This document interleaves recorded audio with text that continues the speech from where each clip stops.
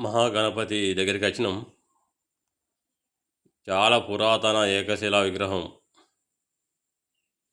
కేశవపట్నంకి తూర్పు భాగంలో బయనగుట్ట ఉంటుంది. బయనగుట్టకు ఆగ్నేయ మూల దక్షిణ ముఖంగా ఉంటాడు మహాగణపతి. చాలా భారీ ఎత్తున సుమారు 5 మీటర్ల ఎత్తులో ఉంటాడు.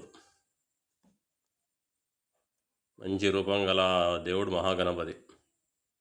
మంచి ఆహ్లాదకరమైన వాతావరణం, మంచి ప్రశాంతమైన ప్రాంతం.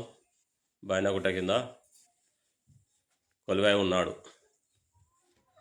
చుట్టూ చిన్న అడవి లెక్క ఉంటుంది.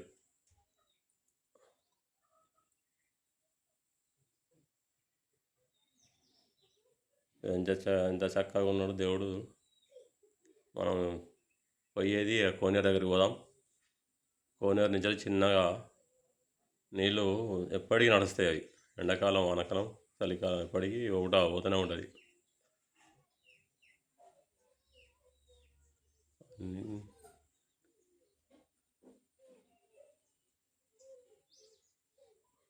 అటు లోపలికి ఉంటుంది కోనేరు.